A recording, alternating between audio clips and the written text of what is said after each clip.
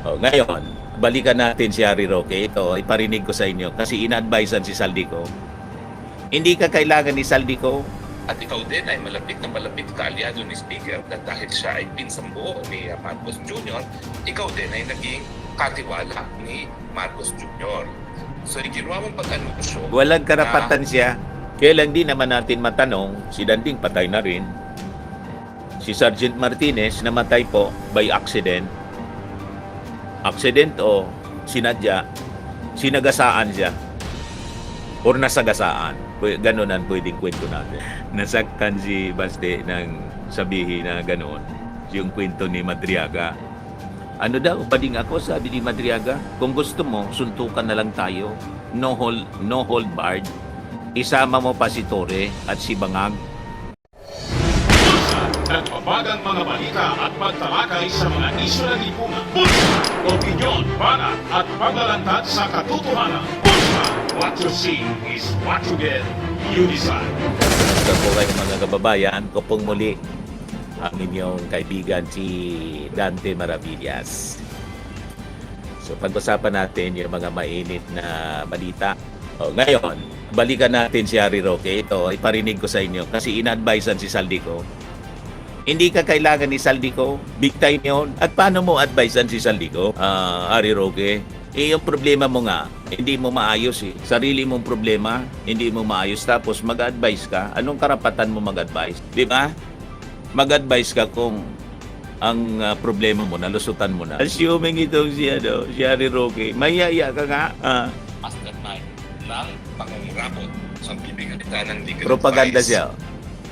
Ang ginawa mo naman na pag-anunsyo na ang Marcos Jr. ang nasa taas o mastermind ng pangungurapot pagdating sa flood control funds Walagya at saka talaga sa, ito si Rokita. pagtaunang budget ng digital wage ay isang bagay na po pwedeng Nag-advise yung magbigay sa'yo ng loko. karapatan na humingi ng asylum.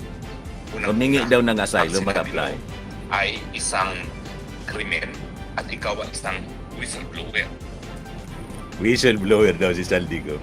Alam na natin ang motibo. Whistleblower dahil naalalaman mo ang detalye ng ginagawa ni Marcos Jr. at ang kanyang pinsan na si Tambaluslos na pandarambong ng Kabanang Bayan dahil ikaw ay naging chairperson ng Committee on at ikaw din ay malapit na malapit ka aliado ni Speaker na dahil siya ay pinsang buo ni Marcos Jr., ikaw din ay naging katiwala ni Marcos Jr. So, ginawa mong pag-anunsyo Walang karapatan siya. mastermind sa lahat ng kabalistugan sa budget ay si Marcos Jr. ay importanteng testimonya na nagpapakita na tunay na magnanakaw si Marcos at siya talaga ang master. Dahil dyan, ikaw ay tinatawag na whistleblower. Whistleblower Wala na tayong batas na kalukuhan mo. nagbibigay protection sa whistleblower sa I-whistleblower mo yung Pag mukha ito mo. naman pagiging whistleblower mo ay magiging banta sa iyong buhay, yan ay pasihan para ikaw ay humingi ng asylum. Talaga, ang kaisa-isahang tao na tumistigo na ang presidente ang siyang nasa ulo. Siya ang mastermind ng kabalastugan pagdating sa pangungurapot ng pondo ng bayan para sa mga Hindi yan totoo po. infrastructure projects.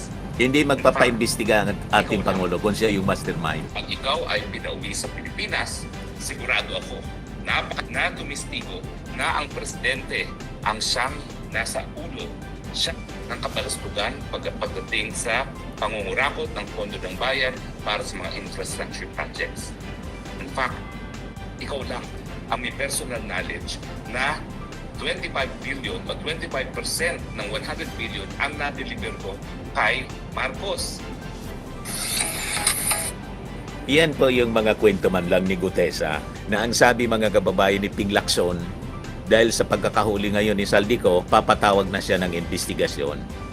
So, yung Blue Ribbon, invite si Saldico, invite na din yung mga 18 Marines, face off po, tapos si Gutesa.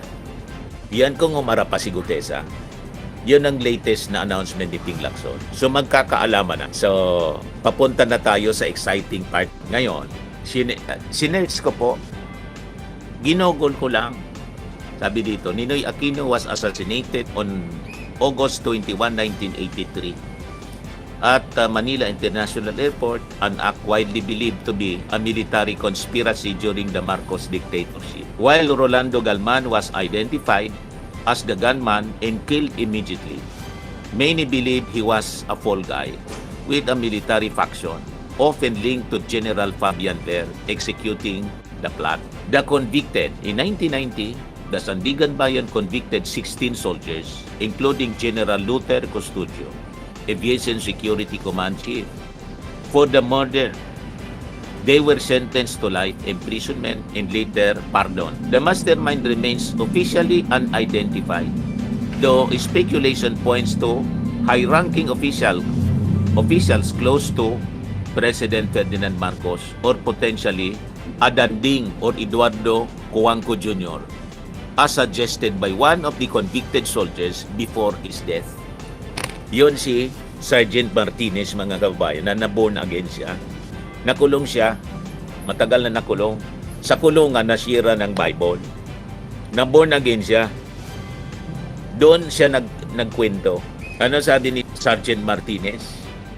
Sa usap-usapan niya namin, ang nadinig ko niya na nag-utos si Danding Cuanco, kasin po ni Cory Aquino. Si Cory Aquino, Cory Cuanco Aquino. Kaya lang di naman natin matanong, si Danding patay na rin. Si Sergeant Martinez namatay po by accident. Accident o sinadya, sinagasaan siya. Or nasagasaan. Ganon ang pwedeng kwento natin. So a dead man tells no tale. Ngayon, in interview ni Chris Aquino, yung ating Pangulong Bongbong, hindi pa siya Pangulo. Congressman pa lang yata siya sa Ilocos.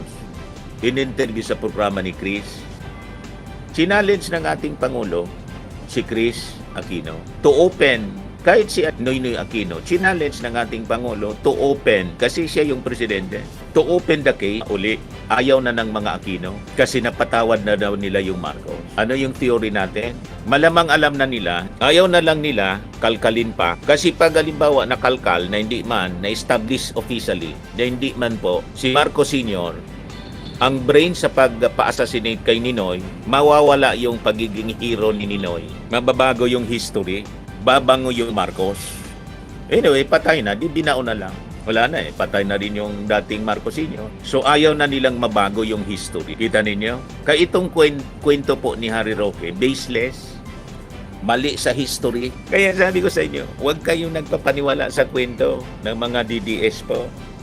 Pagaling sa kanila, puro kasinungalingan lang yan. Propaganda, kasinungalingan para ilogin yung isipan ng mga mahihina ang kokote. Kaya nung niniwala sa kanila, mahinang nilalang, mahinang tuktok.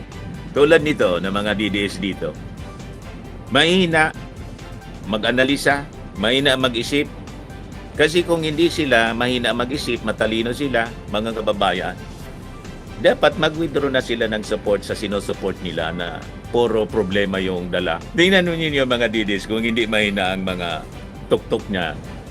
Ayaw nila sa akin kasi sinusupport ko yung ating Pangulo. Pero nanonood, kung nag-iisip ng matalino si Digong, sana pagtapos ng kanyang turno po as President, nanahimik siya. Mataas yung respeto sa kanya ng ating Pangulo. Siguro, senior advisor siya sana ng ating Pangulo. Ang ginawa niya, inaway niya. Marami siyang problema. Kasi pinailan siya ng kaso ng mga biktima ng EJK. Yun sana yung inisip niya. Malamang prinoteksyonan siya, mga kababayan, ng ating Pangulo. Hindi siya na-deliver kung hindi niya inaway. At si Sara, kung hindi nagbanta sa ating Pangulo, walang impeachment sana. Kung naghintay si Sara, nanahimik na lang siya, tumulong, walang ganitong kinasadlatan na problema siya.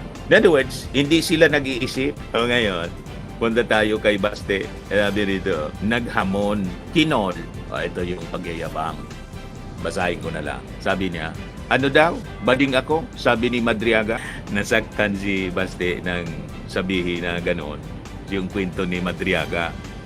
Ano daw? Bading ako? Sabi ni Madriaga. Kung gusto mo, suntukan na lang tayo. No hold barred.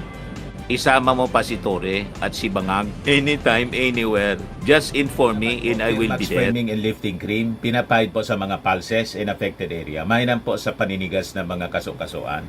Ito naman po, Automax Radiant Serum. Sa mukha naman yung application, anti-aging po siya. You will look 10 years younger than your age. Sa mga cancer patients naman po, baka lang gusto ninyo itong itry. Neng siya red mixed fruit drink. Hindi mo po siya gamot, food supplement siya. Kaya lang, gawa siya mga kababayan sa goji berry. Yung goji berry may anti-cancer properties. O ngayon, yung mga inquiries ninyo, dumiritso na lang kayo sa aming messenger sa Facebook para masagot namin agad. Ayos pa? Ayos na ayos niya, Mr. Maravilla. Sa mga nagana po ng malinis and spacious fitness gym, pumunta lang po kayo sa aming Colossal Fitness Gym. May Grab car rental din po kami. But anyway, ito po pala yung aming bagong product na binibenta online. I am worldwide amazing pure organic barley powdered drink mix from Australia. Negosyo to ng aking anak na architect entrepreneur Riz Maravillas. Ayan po. Kontakin na lang po ninyo siya, Riz Maravillas on Facebook. Ang mga health benefits niya, boost immunity, improves digestion, enhance energy levels, packed with antioxidants, prevent cancer. Ito naman po yung bago naming product na binibenta online. Eye Glow Serum, whitening po siya. Tingnan ninyo yung epekto sa aking anak na architect before and now. Yung mga inquiries po ninyo, dumiretso na lang kayo sa kanyang Facebook account, Riz Maravillas.